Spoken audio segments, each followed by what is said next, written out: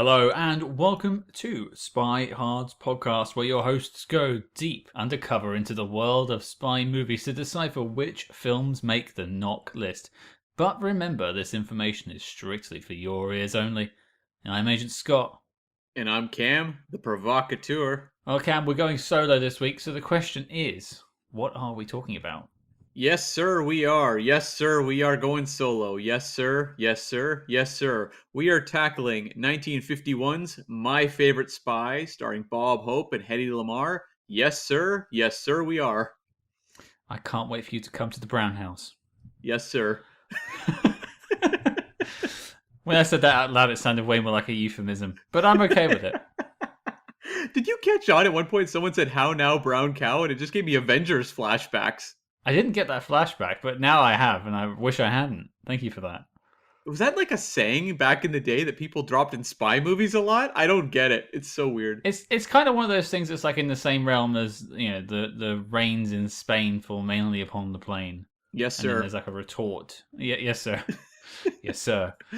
Well, before we talk about I don't know our initial connection to the film, let's just quickly read out the Letterboxd.com synopsis, and I say quickly because it's very short. Mm. My favorite spy.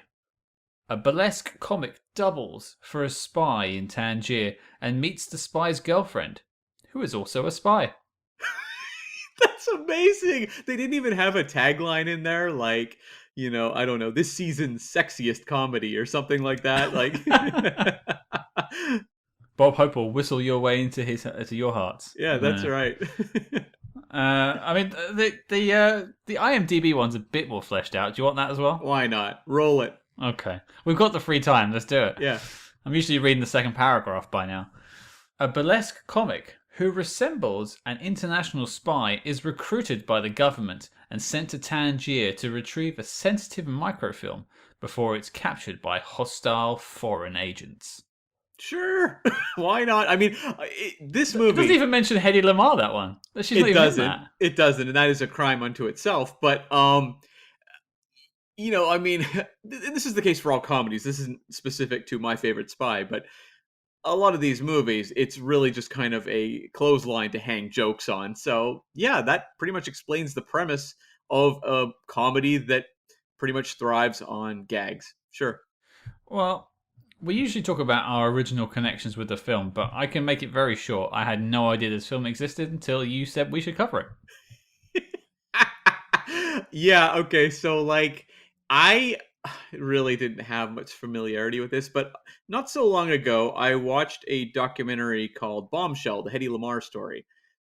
That's on, I think, most streaming systems. I think if you search for it, it's pretty easy to find on Amazon Prime or something like that. I don't even know, but I watched it and just became really interested in her as an actress because I had no familiarity with her other than sort of allusions through fictional characters. I know she was the inspiration for Catwoman in the Batman comics. That was one of the primary sources they looked at when creating that character. I know Anne Hathaway studied Hedy Lamarr movies when she was going to play Catwoman in Dark Knight Rises. So it was more like the name of a star I was familiar with without really being exposed to her work. And so watching this documentary, I found her very interesting, and I've sort of since delved into a handful of her movies, but this was one I hadn't seen and I thought might be interesting just for an entry to kind of talk about her and her work in this film and what have you. It's interesting. We found the inspiration for the Joker in Conrad Veidt, and now we have the inspiration for Catwoman with Hedy Lamarr. I'm really looking forward to the inspiration for Mr. Freeze. Or we like start doing like something like the Little Rascals because the inspiration for Robin is there. Sure, let's do it. Let's do it. Rascal Hearts. Yeah, I'm down for that. I'll be Alfalfa. I'll start pointing my hair up in the air. I've never seen it or heard of it, so I'll be anything you want me to be. Fair enough. But yeah, so I mean, we will tackle Hedy Lamarr a little bit more in the episode. You've told me some stories about her. She sounds quite fascinating, but again, I had no information about her myself. I'd never heard of her, nor had I really heard of Bob Hope. Sorry, Americans. Yeah. I mean, any connection for you? Bob Hope is an American icon. Important in many ways historically, just for his USO tours through the Vietnam War. He's somewhat of a legend, and hosted the Oscars several times. His comedy was very influential. He popped up on TV all over the place in the 50s, 60s, had a very successful film career, did a lot of movies with Bing Crosby, and I've seen almost nothing that he's done. He's someone who's just never really, I don't know that a lot of film fans like myself have a lot of connections to Bob Hope. Uh, he's someone whose comedy, and we'll talk about it more when we actually talk about this movie, but I feel like it just doesn't grab maybe modern sensibilities the way that some other comedy styles do of the time. The other night I was watching Bringing Up Baby with my parents, and like the comedy in that is like rapid fire and hilarious, and like we were laughing through the whole movie. And I'm a big fan of the Marx Brothers from the 30s and 40s, who, again, like there is just a propulsive rat-a-tat style to their comedy, and it just feels so inventive and just go for broke crazy that it really does grab me. There's a lot of comedy like that from these various older eras that still really works for me. Whereas like Bob Hope, limited exposure. I'm more aware, honestly, with spoofs of him. The Simpsons has done the odd spoof where he's like holding a golf club and doing the growling noise, things like that. And I was aware of like clips of the Oscars, but I've only seen one Bob Hope movie, and it was called Caught in the Draft. And it was about his character being drafted into the military during World War II. And it was sort of a drafting comedy of like basic training, right? Of him and some kind of screw ups in training. And like, it was a fun movie. I enjoyed watching it. It had some genuinely amusing set pieces, but it wasn't a movie that when I was done, I was like, I need to watch more of this man's work. Like the Marx Brothers, when I watched Duck Soup, I was like, I got to watch all these guys' movies. Like I love their comedy style. With Bob Hope, I don't have that as much. I do feel guilty about not watching some of the Bing Crosby Bob Hope movies because I've just heard so many references to them. I hear filmmakers talk about when they're doing a buddy cop comedy or something, or just a buddy comedy on the road, they'll be like, "Oh, I want to do a Crosby Hope type movie." So maybe that's a gap I need to fill in. I mean, over there, in Britain, like, is Bob Hope a name that jumps out at all? I might be the wrong person to ask because generationally, he's probably a few generations out from someone I would have known even growing up. His particularly prominent era seems to have been the 50s and the 60s when it comes to film. And I was watching 70s and 80s films mostly when I was growing up. So it wasn't really for me anyway. But from what I've looked into, he never really came across the pond. Yeah, it's just very much rooted in a lot of Americana. I mean, even in World War II, he's out there doing USO tours, and he just has this kind of legendary status that, I mean, living here in Canada, I don't think I've ever heard anyone really mention Bob Hope other than say like my parents making the odd comment about, seeing him on a TV show or something like that back when they were in their, younger years. He's definitely the kind of guy I could see hosting a variety show. He has that kind Hmm. of like holding court thing about him where he does attract everyone's view on the gaze onto him. He wants that center of attention feeling. But yeah, as I say, I had nothing, and this is my first experience. And he did talk shows as well, and you can see that sort of talk show style where it's these sly quips, but it's not like a Groucho Marx running in circles being crazy. It's the sort of thing that would transition very well to like sitting at a desk interviewing people and throwing out jokes, like kind of that Letterman sort of style. The witty banter that we share. Sure, yeah, we're no Bob Hopes, we're a Bob Hopeless. Yes, perfect. Well, here's hoping you have some background information on the film cam. Fire away. Oh, I have plenty. So, Bob Hope, as you said, is a box office force at this point, a comedy, icon of his time. So, he's making lots of movies. He's cranking them out like crazy. And they snapped up the rights to an unpublished story by Edmund Boulogne and Lou Breslow. Their main credits: Edmund Boulogne had written a movie called My Favorite Brunette, which actually starred Bob Hope, as well as The Lemon Drop Kid, another Bob Hope film. So he had connections right there. And Lou Breslow was just a long-time writer. He'd written many Hollywood films. Not a lot that grabbed the attention when you see them on a list, but he had done some Abbott and Costello films. So these two put together a story that I guess just kind of went really nowhere. And the story was called Passage to Cairo. And at a certain point, it just got picked up as a Bob Hope vehicle. So um, two writers came in. One of them was Edmund L. Hartman, who was a writer producer, and he had written The Lemon Drop Kid for Bob Hope. And they also brought in Jack Sher, who this was his debut screenplay effort. He would go on to work on Shane, the really classic Western, as well as a lot of other films. So, like, across the board with this film, it was veteran writers. I mean, Jack Sher, it's his debut, but he goes on to be a long term Hollywood guy. So, it's all very prolific writers ultimately working on this film. Um, and in the initial story, the character was first conceived as a school teacher who was sent to Cairo after impersonating a gangster. So the whole comedian aspect, I would suspect, was added after Bob Hope was attached to this story. Originally, it would have been a school teacher, so maybe you would have picked someone, maybe like a Jimmy Stewart or something like that, like someone who could play the everyman versus what you get here with the Peanuts white character, very much the Bob Hope persona. And as I said, this movie was originally going to be called Passage to Cairo. They decided to change the name because Bob Hope had made a couple movies. In 1942, he made one called My Favorite Blonde. In 1947, My Favorite Brunette, which I referenced a couple minutes ago. And so they thought, well, let's make this the third in the trilogy. We'll call it My Favorite Spy. You'll have a certain amount of brand recognition there. People will see Bob Hope, My Favorite Blank, and that'll sell itself. That was sort of the gist of it. It doesn't. I understand that it follows the continuity of My Favorite Blank, starring Bob Hope, but like the first two were about colors of hair. It's not like it was my favorite sandwich or my favorite firefighter. It was persons. I mean, I think this was more of a marketing concept than a. I mean, this is also the days where sequels. You can't even call this a sequel, but this is back in the days where sequels were very much diminishing returns.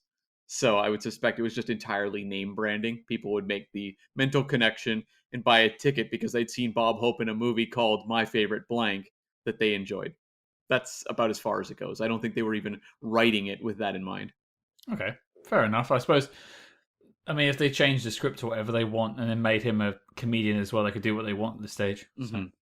Yeah. So they brought in a director, Norman Z. McLeod, who had gotten his start with early Marx Brothers films. He did Horse Feathers, which is one of my favorite all-time Marx Brothers films. And he'd gone on to do a couple films with Bob Hope, including The Paleface, which I'm sure has aged very well, and Roads to Rio. And he would do a couple more works with Bob Hope in the future. So McLeod was sort of near the end of his film career at this point. He would transition into TV shortly after, but ultimately, when you've got early Marx Brothers films to your resume, not too shabby. So he made his mark for sure in the comedy world. Also, not near the point of sort of a career decline was Hedy Lamarr.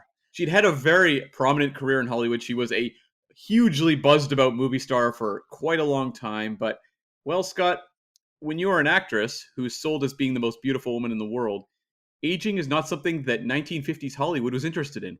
And so she was facing a lot of struggles. And we'll talk more about just her career. But she had a movie in 1949 called Samson and Delilah, which was kind of the biggest hit of her career. And it's probably her most enduring film, I guess. It's up there, I suppose. It was one of the biblical epics that was, that type of film was very popular Mm-hmm. at that point in time. But she would only do a couple really movies after this, and she had wanted to work with Bob Hope for a while. She thought maybe his star power would help her kind of continue her career and stay in the public limelight. And she had mentioned wanting to work with him as far back as 1945. Now, Bob Hope, he was down for having Hedy Lamarr in this movie. He thought this was a great idea, and he aggressively pursued her for the role. So she said he was showering her with gifts and attention. Bob Hope was not taking no for the answer, and I guess at this point she wasn't actually coming to them about the project. She had just referenced in the past she'd like to work with Bob Hope, but she obviously felt like this was a really good career move, was to sign on for this movie. But Bob Hope was very, very persuasive, I suppose, in his efforts to get her to sign on. Now, Well, did you see his vaudeville act? That would convince me any day. he showed up dressed as a clown for all the moments where he was throwing gifts at her. He hid in my shower. So Hedy Lamarr had a couple issues. This was a Paramount movie, and she was quite unpopular with Paramount. She had done a movie called Copper Canyon just a little bit before with Ray Milland. It was a Western, and she had refused to do a personal appearance tour for the studio. Um, I think she was just burnt out on the promotional circuit. This is like, what, 15 years into her Hollywood career or something like that. I think the novelty had kind of worn off, and she was also at a bit of a tumultuous point in just her personal life. So it kind of probably wasn't that appealing. So she was in the bad books, but Bob Hope said, "Hey, don't worry about it. I'll clear this up," and he was able to get her signed onto this film. His main direction to her was, "I'll bring the comedy, you bring the sex appeal," and she was told that her primary direction in the movie was project sex. I mean, that's our modus operandi. I'll let you guys at home decide who's who in that equation, by the way. Neither one of us is projecting anything, so we're not good at taking direction, apparently. And so Hedy Lamarr saw the finished film, and she wasn't thrilled. She said all of her best comedy bits were cut, and she was so unhappy she refused to promote the movie and go on tour. So kind of the outcome was that Bob Hope was really angry at Hedy Lamarr for not promoting the movie and never forgave her, and she never forgave Bob Hope for editing out all of her best moments. Was that Hope's choice? Yes, yeah. Bob Oh. Hope is like very much the big kahuna in this situation. Oh yeah. So yeah, kind of an unhappy situation, or at least an unhappy outcome to this film. But nonetheless, it earned 2.6 million in the U.S., so it was a hit. In terms of the worldwide box office for the year, number one was Quo Vadis, which was a biblical epic at the time. Very popular movie. If you ever see the Coen brothers film Hail Caesar, there's a lot of scenes where George Clooney is acting in a old Roman epic, and it is very much evoking Quo Vadis, like very strongly. And for Spy Hards fans, you might want to check this movie out because Peter Ustinov, who popped up in One of Our Dinosaurs is Missing, played the Roman Emperor Nero in Quo Vadis, and he's amazing. It is a full-blown, insane performance. I've watched this film. It's a ton of fun. I mean, is there a fake accent and a fake mustache involved? He's wearing a beard and a toga. I don't think he's So am I. I don't think he's doing an accent, although he may be doing a little bit of that quote unquote old timey accent actors would put on in period pieces. Sorry, could you just give us an example of this No, old-timey I accent, can't. please? I can't at all. But I would say like it's kind of that vaguely British kind of thing that you would often see. No matter where the movie was set, they would be vaguely British. He's gone that way, officer. He looks vaguely British.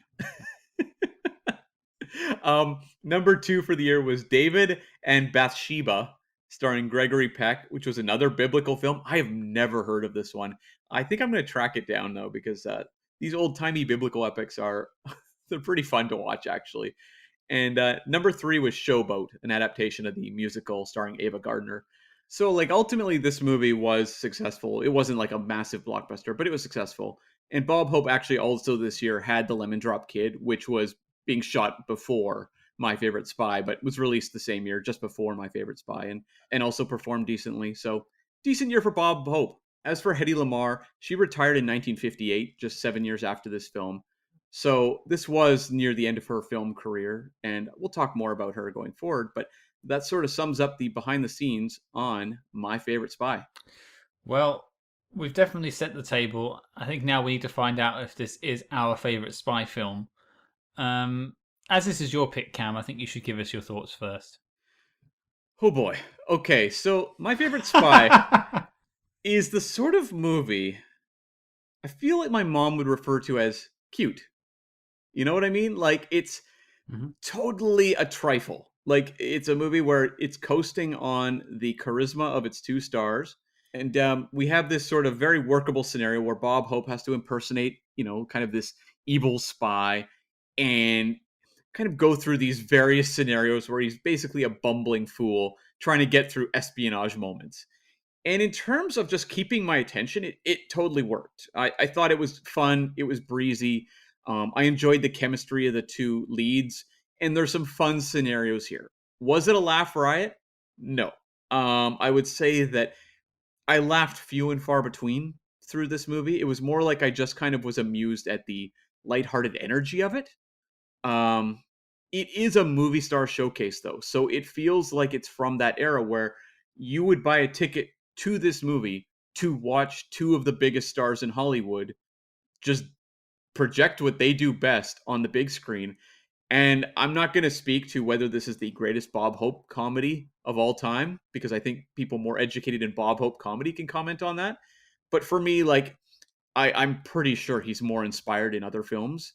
And, Hedy Lamarr kind of brings glamour and sort of an exotic style to this film that I think is really, really helpful. Like, I think you could have easily cast someone who is like, if you cast like an ingenue in this role and just had Bob Hope bounce off her the whole time, it wouldn't work. I think it's the fact that you have these two statures of Hollywood opposite each other that maybe even elevates the material. Because I could totally see this movie happening with two lesser stars, and it would just be kind of a forgotten B movie versus something that we are actually talking about on Spy Hard's podcast.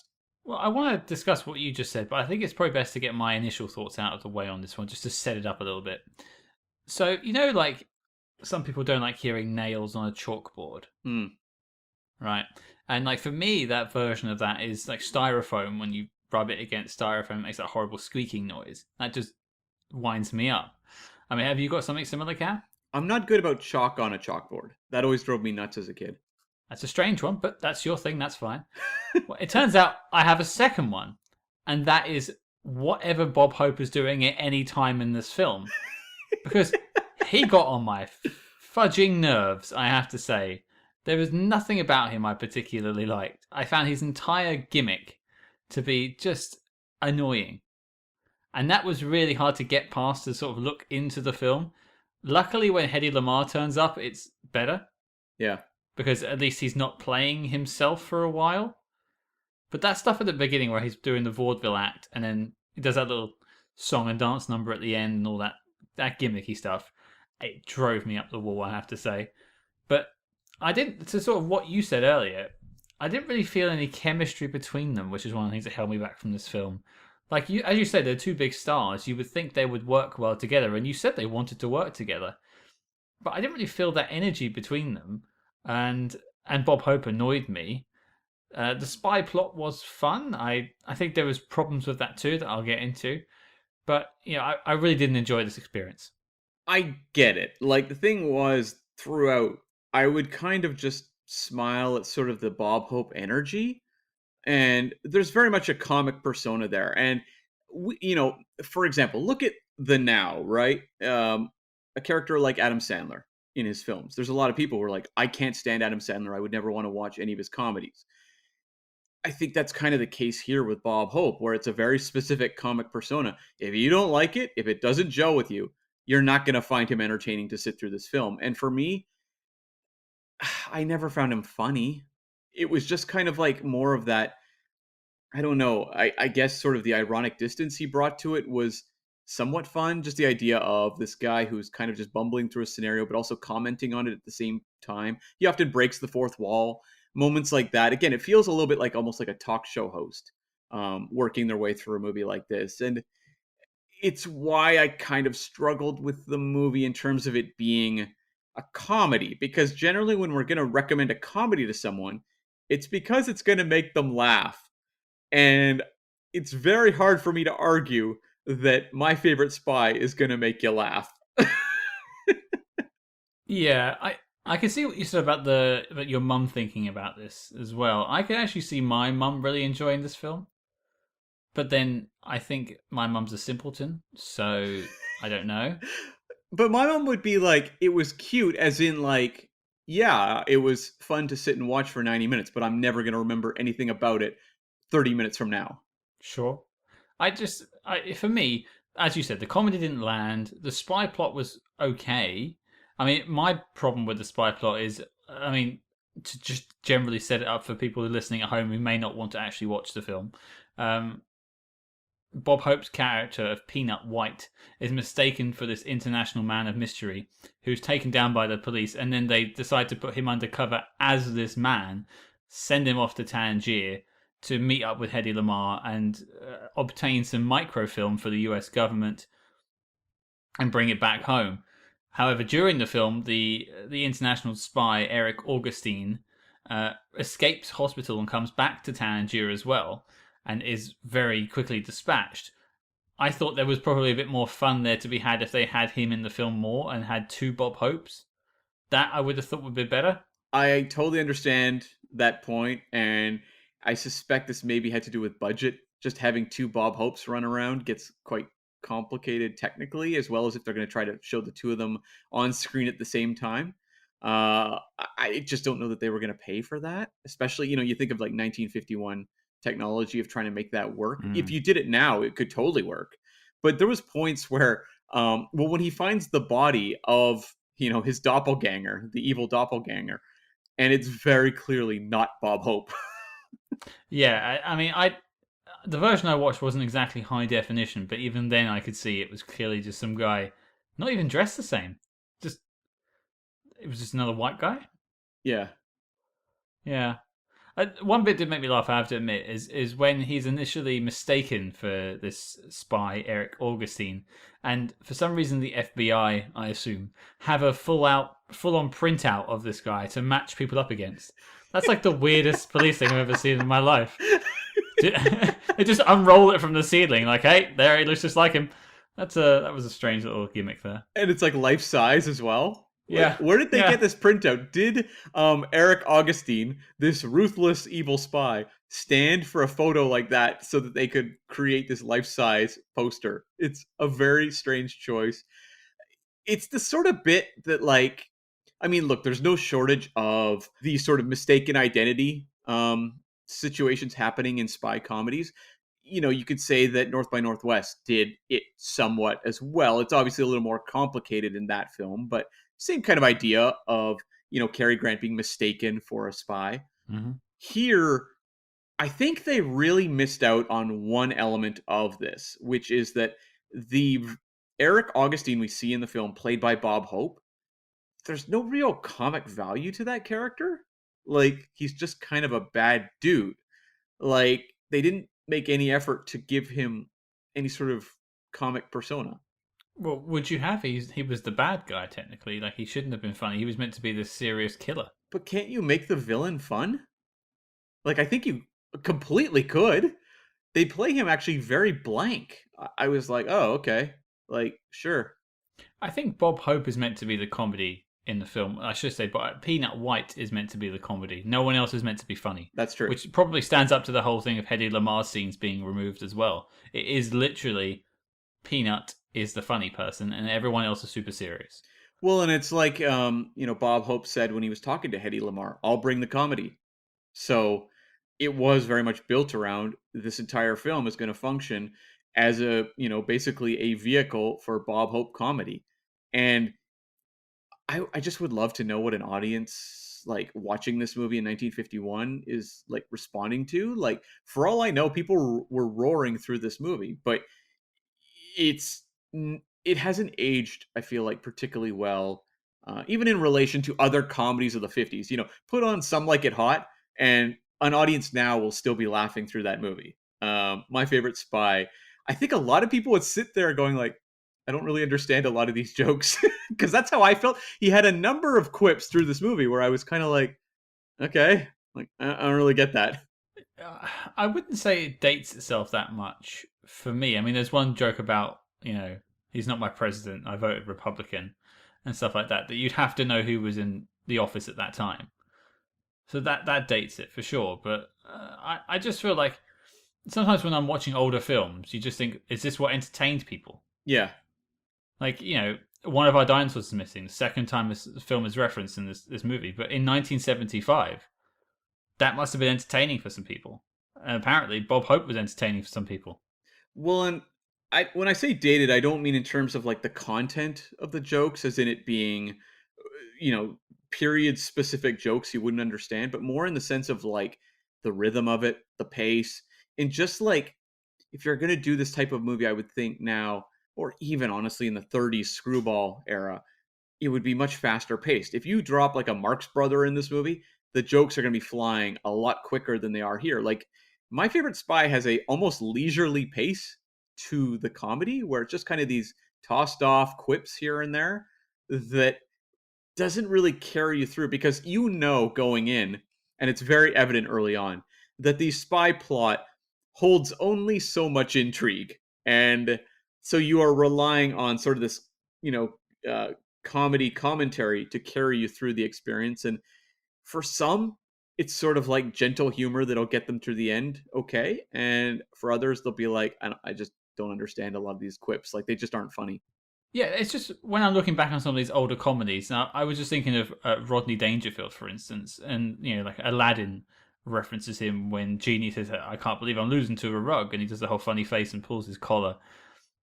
That joke kind of lands because he's referencing an old thing, but I don't think I could watch a whole movie of Rodney Dangerfield jokes.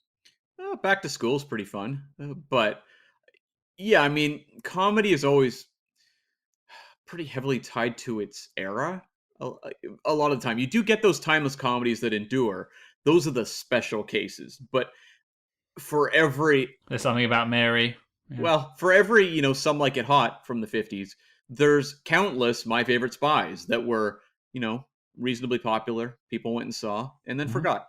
Yeah. And that'll be the same for all the comedies happening now. The odd one will stick around, but most of them will vanish. And you talk about the Genie impersonating Rodney Dangerfield. The Genie also impersonated Bob Hope in that 1992 film, which I'm sure that really cracked me up when I was 11 years old. What does he do? I don't remember, but he does show up as Bob Hope in the film. Fair enough. Well, I do want to talk about some of my favourite bits of the film, but I know you want to talk a little bit more about Bob Hope and Hedy Lamarr. And I know you've been doing some research on Hedy, I believe. Yeah, well, sort of after that documentary I watched, Bombshell, which again I recommend people check out. I picked up this book. It's called Beautiful: The Life of Hedy Lamarr, written by Stephen Michael Shearer, and it's a pretty exhaustive account of just her life in Hollywood.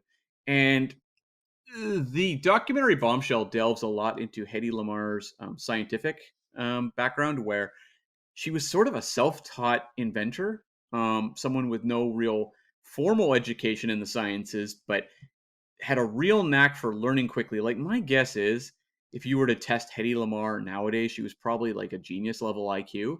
And everything you hear about is how quick on the draw she was, how she would think way ahead of a lot of other people in the room. And she started doing inventions fairly early on in her career. And so she worked on the equivalent of what we would think of as like, the dissolvable powders into drinks. She was working on it's kind of like Mio powders or whatever, Crystal Light packets, things like that. And she was working on one for a cola that didn't really pan out. She also, thanks to Howard Hughes, helped redesign airplanes. She decided, that it would make a lot more sense to model his planes on fish and birds. So he gave her a team, and they, altered the way they were designing planes at the era to make them more aerodynamic. But her most prominent scientific achievement was during World War II. She had been reading reports about how the enemies were cracking the codes for torpedoes, radio controlled torpedoes. And she really wanted to help out. So she kind of had this idea. Her first husband was an arms manufacturer. And she said she'd sat at all these dinners and it's just soaked up all this knowledge, which I think you could sit me at a table with these people and I wouldn't soak up anything. So clearly, this woman's a lot brighter than I was and am. So she got together with a musician friend named George Antheil, who was a experimental musician at the time, and they came up with this technology called frequency hopping. And they used basically a piano. You know how you could set up a piano to pre-program it to play music Mm-hmm. by running those Yep. chords? They came up with this idea that the signal would hop between various frequencies so that an enemy could not jam the signal. Because you always see, Scott, we're Star Trek fans. How often do they talk about we've got to rotate the shields and things like that? That was the general idea of this technology. And so they took it to the military, into the Navy, and the Navy was kind of like, well, that's nice for you. Good for you, Hollywood actors, for coming up with some ideas. And she had patented it, but the Navy just kind of took it and was like, sure thing, go away. And she was trying to as well get into the inventors group to help with the war effort. And the government was like, good for you. Why don't you go on a promotional tour and sell war bonds? That's probably more your role. Oh. And so her technology just kind of sat in the archives for a long time and was ignored. And then in like 1957, they started using it, and they used it sort of slowly and surely in terms of Navy communications, and it just began to evolve. So what she created, the signal hopping technology, become the basis for like Bluetooth technology, Wi-Fi, communications between ships, satellite communications. So like Hedy Lamarr, and as well, George Antheil, her coworker on this project, had a very significant impact on the way we live. And she made nothing off of this. The patent just kind of lapsed, and the Navy used it quietly afterwards and never gave her any credit for it. And it wasn't until like later in her life that she was inducted into the National Inventors Hall of Fame. That was actually after she passed. That was posthumously. And in 1997, she was the first woman to win the Inventing Oscar, which is an award given out by the Invention Convention. And it was for her efforts creating this. Sorry, I was just laughing at the invention convention. That's just the best sounding thing I've ever Isn't heard. that great? Honey, I'm off to work. Oh, where are you going? The invention convention.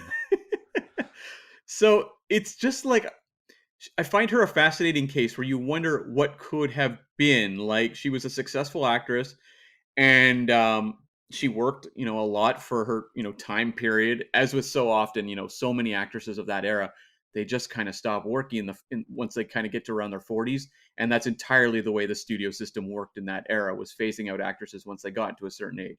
Very cruel reality for actresses of that era, and even nowadays to a certain degree, things are slowly changing, but there's limited roles for actresses of a certain age even nowadays. So she very much fell victim to that, but clearly someone that was, just judging from the book and the documentary, a force of will just in terms of personality.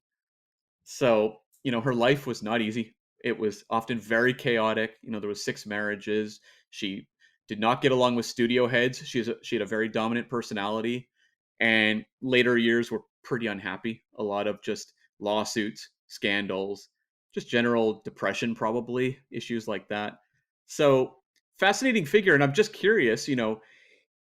I was not that aware of her filmography not so long ago. I'd seen Samson and Delilah. That was about it.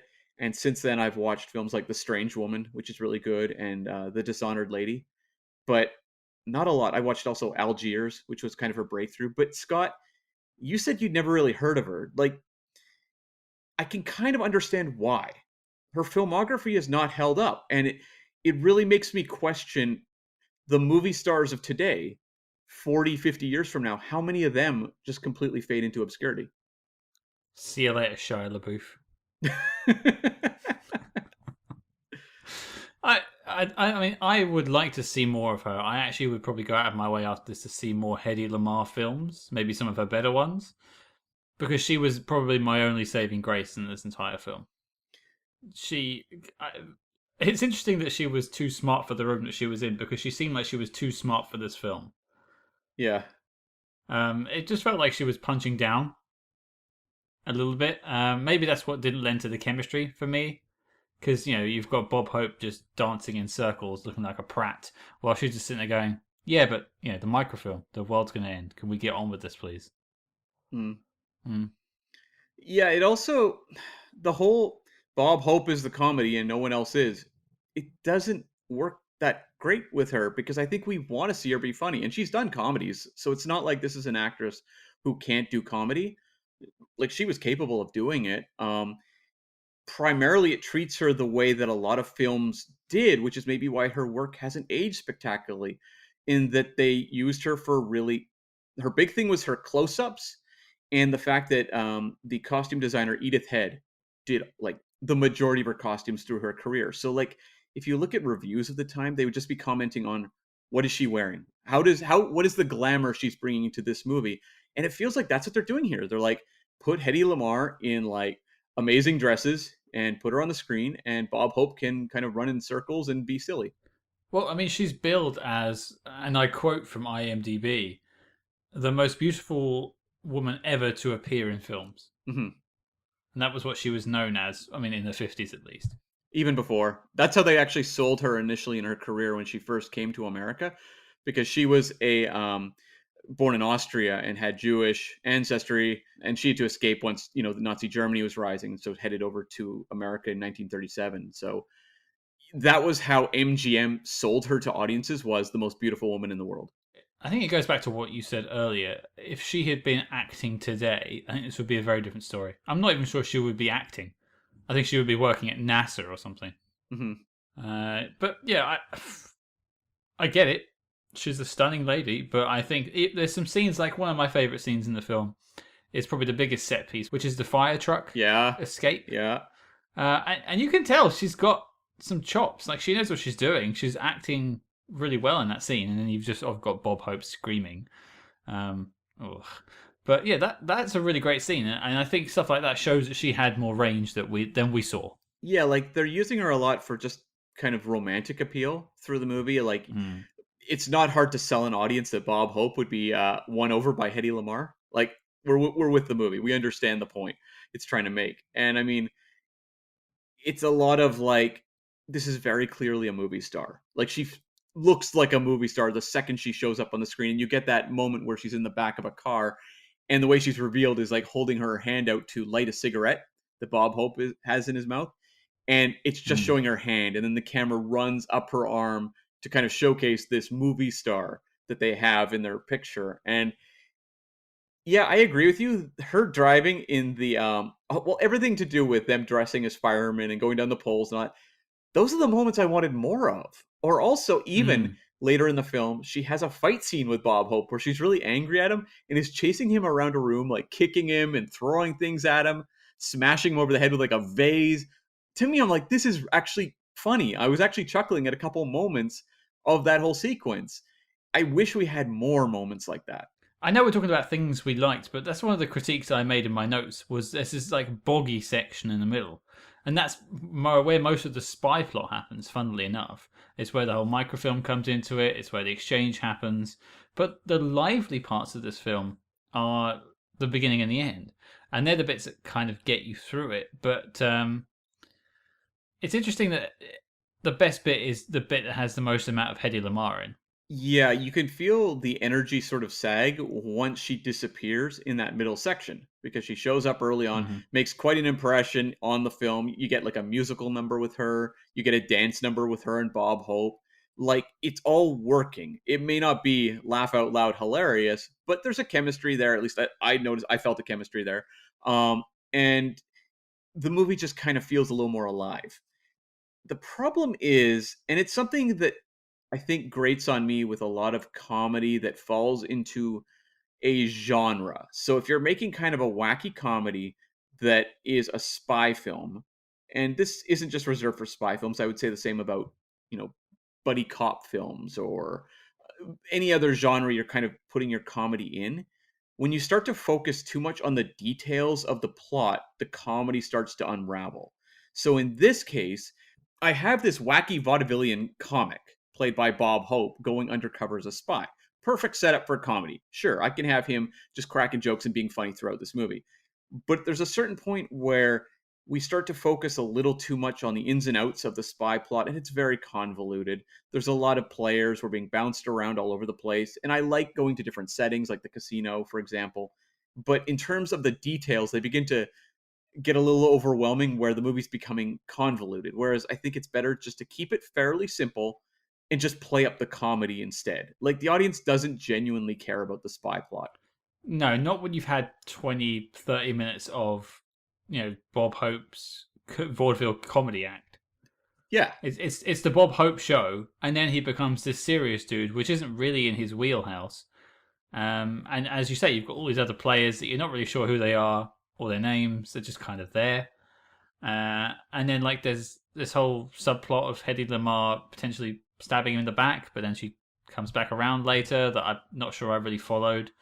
Um, yeah, I on my second watch, it was a very tough watch, I have to say, because I knew the boggy bit was coming, and so I was just sat there waiting for the exciting bit to happen again at the end. Should they have played her character as a little more of a femme fatale? Like, I never doubted that she was a reasonably decent human being. Like they set it up with the two of them, you know, hitting it off very quickly in the back of this car. They're making out by the end of the car ride, and there's all these kind of romantic overtones. They're dancing together. I never got the sense of like she's going to turn into a villain by the end of this. So you're kind of just waiting for the plot convolutions to stop because you know it's a Bob Hope comedy with Bob Hope and Hedy Lamarr. It's going to end with the two of them probably happily ever after. I'm not sure what turning her into a femme fatale would have done for the film to change the middle bit. I think that's where my problem is, Yeah. and I don't think that would have done anything to it. What would you? How would you have changed that? I guess it's tough if you're not going to make her any sort of convincing villain. It doesn't work. So Hmm. I guess what they kind of do is create conflict between her and this other character, Brubaker, who she is reporting back to, played by Frances L. Sullivan. Um, Maybe make her a little more caught in the middle. But again, now what I'm doing is making it more plot focused, which I don't think that's what it needs. So it just felt like ultimately when I walked away from the movie, it needed to boost her up in some way. And the fact she's saying they cut her best comedy bits tells me that they'd shot more comedy with her. And so maybe that's just what it needed. It needed more moments of her getting to do fun, memorable things, maybe while the plot's happening around her as well. I think the other thing this film suffers from, I think we've abandoned good moments and we're just on critiques now, which is fine.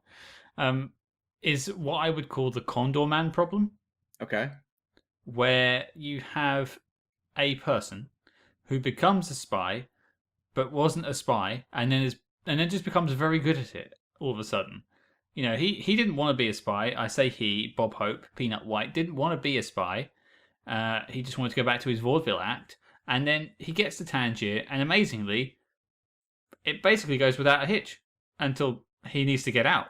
I don't know that he's a good spy, though. I give a lot of credit to his handler, Tasso, played by Arnold Moss.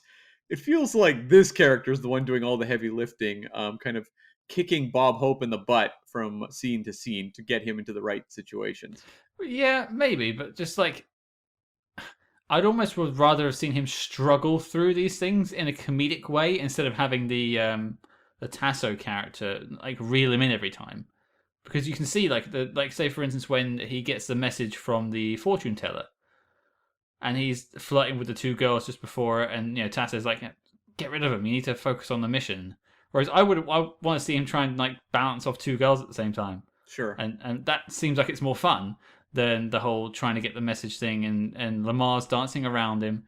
The comedy's in that scene with the two women, not the spy part, which is weird because we do a spy movie podcast, but the fun stuff had nothing to do with the spy stuff. Well, you want a little more, I think, fish out of water comedy, and like Yeah. I like the bit where he ate the sandwich with the card in it. That kind of made me laugh when Hedy Lamarr is very desperate to get her hands on that sandwich. That was a good little beat. But one thing I noticed, and maybe this is an issue we have too, when you're saying that he was a little too competent early in the movie, like right at the start, they're training him on how to be a spy.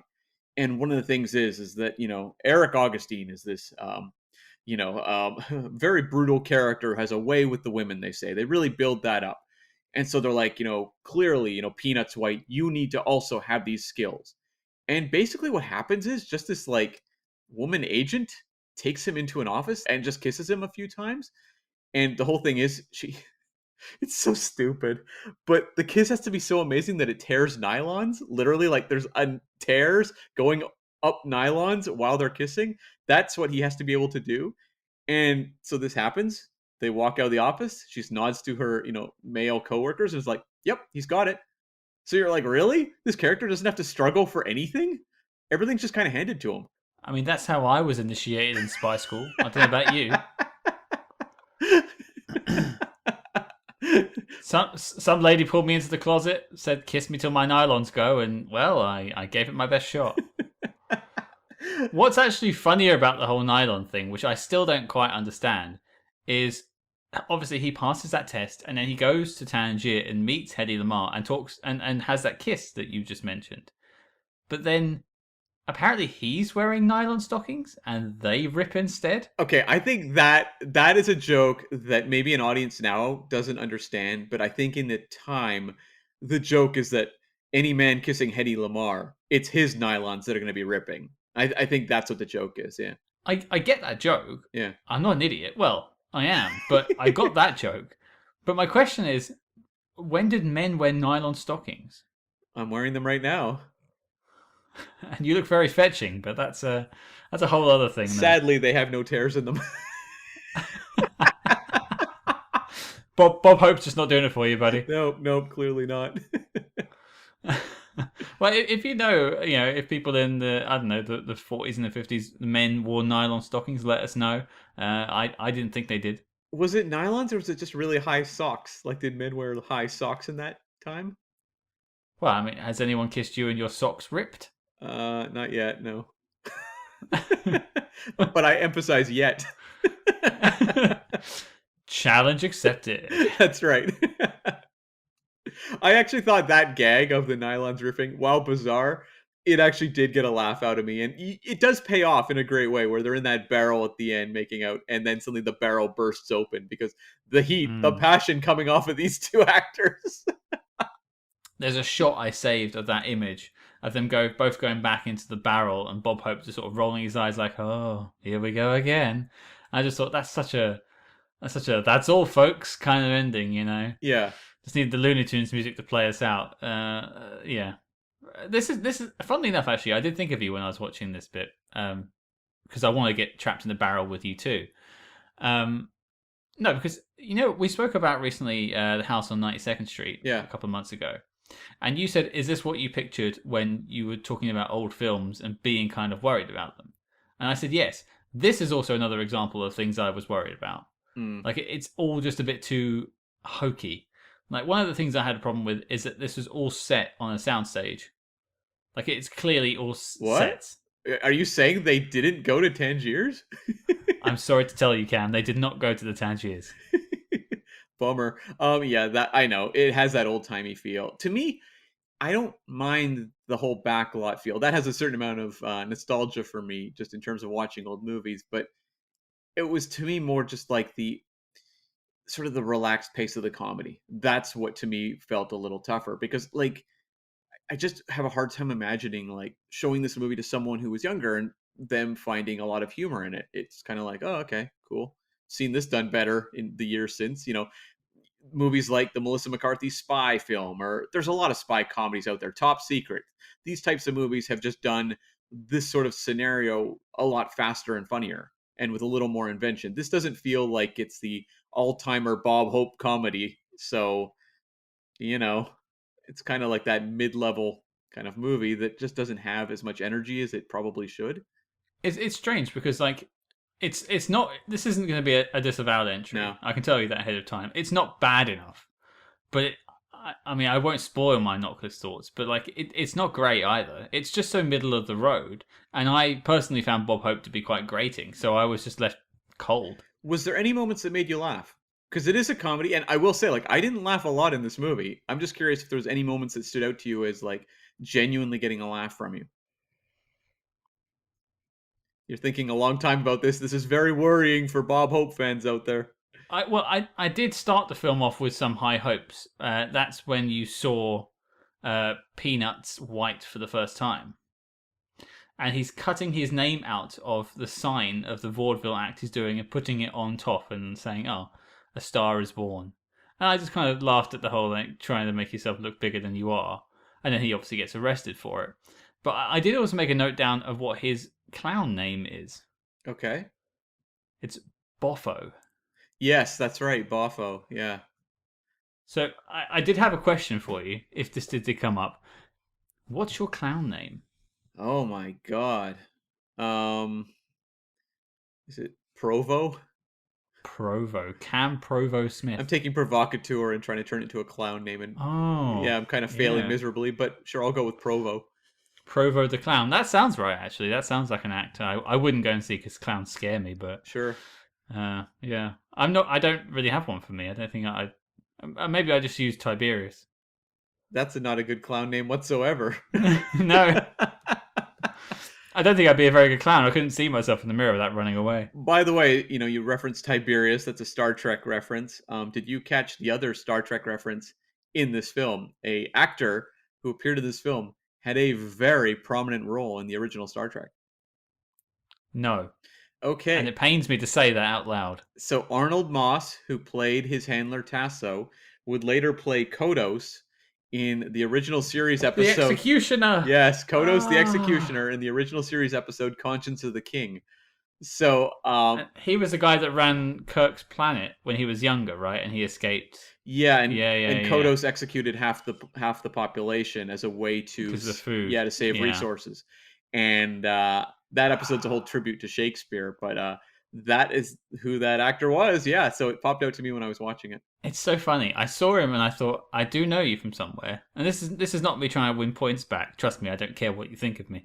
But yeah, I just could. I didn't look on his IMDb, but wow, that's such a strange connection. That's so cool. Yeah. I now like this film a tiny bit more. And sorry, I just wanted to circle back to that whole sequence at the end, the stunt sequence on the fire engine, which I actually thought was Hmm. remarkably good because the movie did not set me up for a really, really strong set piece. While I enjoyed the fight with Hedy Lamarr and Bob Hope, it was fairly small sequence within the context of the film. Whereas the engine whole finale, I thought was actually really strong. I was wondering why we didn't have more bits like that throughout the movie. Like, why is the movie 95% Bob Hope quips with like this thrown at the end? Why not have some more really grand set pieces throughout the movie? Because I think it would have actually done a lot for the energy level. Um, you had a moment there where Bob Hope is like stuck in a tree, and Hedy Lamarr circles around within this fire engine, and the ladder's like held up way high up in the air, and he like grabs hold of the ladder from the tree and like goes flinging out of the tree. I burst out laughing. That was the funniest moment of the movie for me, and I will just say, stunts throughout the sequence, fantastic. Yeah, that stuff looked really good. It actually picked me up because I was quite down on the film by that point. I was like, oh, they're actually outside in the real world, driving around an actual location somewhere, which was nice to see. It had like a Buster Keaton sort of energy where it's like that physical comedy. There's actual stunts going on, and there are stuntmen used several times through this movie. Every time Bob Hope goes to do a pratfall, the camera cuts and you see clearly a stuntman take the fall, and those are clunky. But within this sequence, I thought it worked really well. But you are right. That like scene where he grabs back onto the ladder and like goes warp speed onto like down the road. That did make me laugh. That's probably my only other laugh I can think of. You're right. That was hilarious. I don't even know if it was supposed to be as funny as it was. It was just like them clearly hauling, I guess, a dummy out of a tree at like 100 miles an hour or speeding up the film or something. It just looked hilarious. You also got the really funny scene of Hedy Lamarr trying to bring the ladder back down and just rips the handle out and just kind of shrugs at the camera like ah. Yeah. That's one of those fourth wall breaking things that you do get, which was I suppose a choice. Was that something they did in those days? Yeah, you would see people doing fourth wall breaking. The Marx Brothers, especially Groucho, had done that for sure. And it was something that was kind of a standby of comedians of the era. Yeah. Fair enough. Fair enough. Well, I'm putting it in order for a life-size pull-down version of a photo of me. But in the meantime, Cam, did you have any thoughts about the film? Any final thoughts? I have a few I want to just touch on. We've touched on, I think, the big moments in the movie, but there's a few elements I'd like to just ask you your thoughts on. One is Bob Hope has a thing about growling. He does it a lot through the movie. Um, did it ever make you laugh? Like, did it ever amuse you in any way? I think it was one of the parts that actually wound me up. Really? He's like constant like growl and whistle. Like it was like a twitch. Yeah. He would just do it at the end of his sentences, and it's just like, what on earth are you doing? As if you have to fill the silence. It's such an era too where like, and it's not reserved for Bob Hope. If you were a comedian, you had to have some sort of catchphrase or something that you would work Mm. into your routines constantly, and audiences loved it. Like, they ate that sort of stuff up. So it makes sense to me why he's doing it. I will say, it did make me kind of laugh where he's like kind of muttering to himself and then looks in the mirror and does it at himself. That kind of got a laugh out of me. But yeah, it was the sort of thing I was like, okay, a little bit goes a long ways. Um, Another sequence I found disappointing because we're talking about the fire engine being really successful. There's a scene where him and Tasso wind up in a camel costume, and I was like, "Oh, this is actually going to be really funny. Like, this is a setup I find very amusing. Is this really bad camel costume?" And it's kind of fun to watch them stand next to real camels and look really ridiculous, but it didn't feel like the movie did as much as it could with this really dorky camel costume. Well, he did get to make out with a real camel at least. Peanuts, baby, hot and salty. Oh God. Well, I suppose if we're mentioning weird moments, then I will finalize my thoughts with this. What did you think about the whole truth serum incident? Because for those keeping track, we have another truth serum in a spy film. Tick. Um, yeah. Did you like that scene? I found the whole act to be a bit blah. Yeah, where he's doing like Dr. Jekyll and Mr. Hyde. He's doing Hamlet, Cyrano de Bergerac. Um, I thought it was fine. Like I appreciated the energy he was bringing to it. Like Bob Hope was very invested in making the sequence work. Did it make me laugh? No, but I admired just that he was really going for it. And when he's got the candle on his nose like Cyrano de Bergerac, I thought that was kind of amusing. But you and I have seen the truth serum thing a few times. We saw it in True Lies. We saw it in Jumpin' Jack Flash. I would say it was not as successful as in True Lies. That one's really funny. Jumpin' Jack Flash, I might actually side with this one. I think this might have been funnier overall than the Jumpin' Jack Flash Truth Serum. I would only side with this one because I can't remember the Jumpin' Jack Flash truth serum scene. I will say, like, one bit that I thought was sort of fun to watch, if not hilarious, was the bit where he first goes to Hedy Lamarr's apartment and she's like, make the type of drink I like, make the music that I like on the piano. And, like, I like all the setups, but it felt like the payoffs weren't as funny as they should have been. You actually reminded me to ask you a question. I didn't write it down, but was the joke of that scene that he didn't know how to play piano and then magically learnt it? Or that, like, because he looked at the piano as if he was worried about playing? Because obviously he's not Eric Augustine. But then he goes over there and starts, playing the Boogie Woogies or whatever she said he was playing. So, I mean, could he play? Or did he just know how to do the type of music that would be popular in, like, burlesque halls, which was what he was familiar with? I didn't get it, whatever that joke was, I have to say. I will say I was very amused by its depiction of burlesque halls, where it's like it's just all these guys sitting there just like staring at the stage while he's like in a clown suit doing bad comedy. I'm like, what a weird world. 1950s, so fascinating to me. And it's strange because some of the physical comedy in that scene was quite fun. Like, him making the hammer on the sort of hook on the wall, and I don't know, some of the clown stuff was kind of cool. Shooting the jacket as it was moving along the floor was kind of funny. But I couldn't imagine watching an hour of that. Like, as a stage show, I think I would walk out and ask for my money back. So you're saying you're not going to, after this recording, to start watching Bob Hope comedy specials on YouTube? No. I was going to come up with something funny to say, but no, I really am just not going to watch that. But on that note, I think we should pivot over to the knock list. Mm-hmm. Cam, is this your favorite spy film? No, it is not. It's totally painless. In terms of the things we've watched, there's been movies I found far more egregious to sit through. It's one of the movies, though, one of the very few that about the hour mark in, I thought, oof, this one's a little rough for podcast fodder. In terms of conversation points, they're not giving us a whole lot. And I'm hoping the old comedies don't all do this because I would like to tackle more 1950s, 1940s comedies on the podcast because I think there's a lot of very notable ones with notable stars. I mean, this one has two huge stars of their time. So I'd like to tackle more things like that. I think there are more fun ones for us to, review in the future, but hopefully they give us a little more than this one did. I just found this one really thin. Really thin. Yeah, I don't need to make a big song and dance out of it, but yeah, this one's a no from me, obviously. It misses the key element of a comedy film for me, and that's comedy. Yeah. And also kind of the stuff that's the spy plot, which is meant to be your sort of anchor for the film, isn't particularly interesting. It's a shame because from all intents and purposes, Bob Hope and Hedy Lamarr were stars from what you've told me. So you would think they would produce a better film. Well, on the bright side for Hedy Lamarr fans, we will be tackling her other film, The Conspirators, her other espionage film. So that is on the list for us to cover sometime in the future, made earlier in her career. So it's not a one and done for Hedy Lamarr. Well, there you go, folks. My favourite spy was not our favourite spy film. 2 no's from us means it is not making the knock list. As we acknowledged earlier, this is not a disavowed film. And, overall, it wasn't like an egregious film. It didn't didn't like hurt my feelings to watch it. It was just kind of so middle of the road that I'm not particularly excited about ever seeing it again. I think I would be fine if I never did. And it's 90 minutes, so that made it extra painless. But you watched it twice. Like, what was the effect of watching it twice? I went into the second viewing with a lot more sort of trepidation Yeah. because I knew it had that real sort of sinkhole moment in the middle where it, just all the fun's gone. Hmm. Not that there was much fun for me anyway, but there was at least some. Hmm. So all that stuff, I have to admit, I was looking at my phone and just not really present.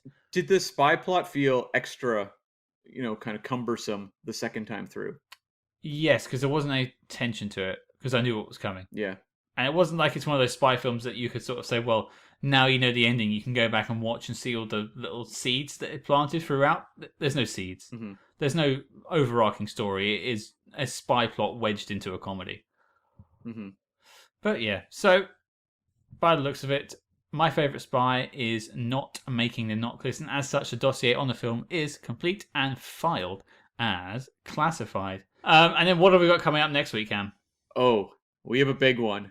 We are meeting back up with Sean Connery, and we are tackling 1965's Thunderball. I'm really excited to talk about this one. It's my go-to Bond film every year on my birthday, so I have a lot of affection for this movie. It's crazy, it's big, and it has sharks. That's all I ask for in a Bond film. I've got my swimsuit ready and I've got my harpoon gun, so let's hope I get the point. Indeed, indeed. So there you go, folks. Your mission, should you choose to accept it, is to check out 1965's James Bond Sean Connery film Thunderball and join us next week. You can, of course, follow us discreetly at Spyhards. That's SPYHARDS on Facebook, Twitter, and Instagram. But until next week, listeners, there's a lot of peanuts in that boy.